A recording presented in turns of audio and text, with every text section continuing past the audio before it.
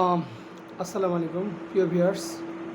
আমি একটি সংক্ষিপ্ত প্রশ্ন নিয়ে আলোচনা করব। আশা করি প্রশ্নটা শুনলে আপনাদের উপকারে আসতে পারে। এখানে প্রশ্নটা হলো, ক নামক একজন কর্মকর্তা খকে গ্রেপ্তার করিবার ক্ষমতাপ্রাপ্ত হইয়া গকে খ মনে করিয়া গ্রেপ্তার করেন। এখানে কয়ের কি দোষ বা সে দণ্ডবিধির কোন ধারায় সে রেহাই পাবে সেই বিষয়ে প্রশ্নের উত্তর আমরা খুঁজব। ঠিক আছে। এই ক্ষেত্রে কয়ের কোনো অপরাধ হইবে না। কি হলো? এই ক্ষেত্রে কয়ের কোনো অপরাধ হইবে না, কারণ ক খকে গ্রেপ্তার করিবার জন্য ক্ষমতাপ্রাপ্ত ছিল।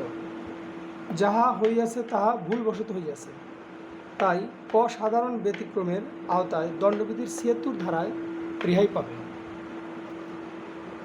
আবার তবে ক যদি স্থানীয়ভাবে যথাযথ তদন্ত না করিয়াই স্বেচ্ছাচারী বা ইচ্ছাকৃত বা কাহারও প্ররোচনায় প্ররোচিত হইয়া খ এর বদলে গকে গ্রেপ্তার করিয়া থাকে, তাহা হইলে ক দণ্ডবিধির ৩৪১ ধারায় বেআইনি আটকের অপরাধের জন্য দায়ী হবে।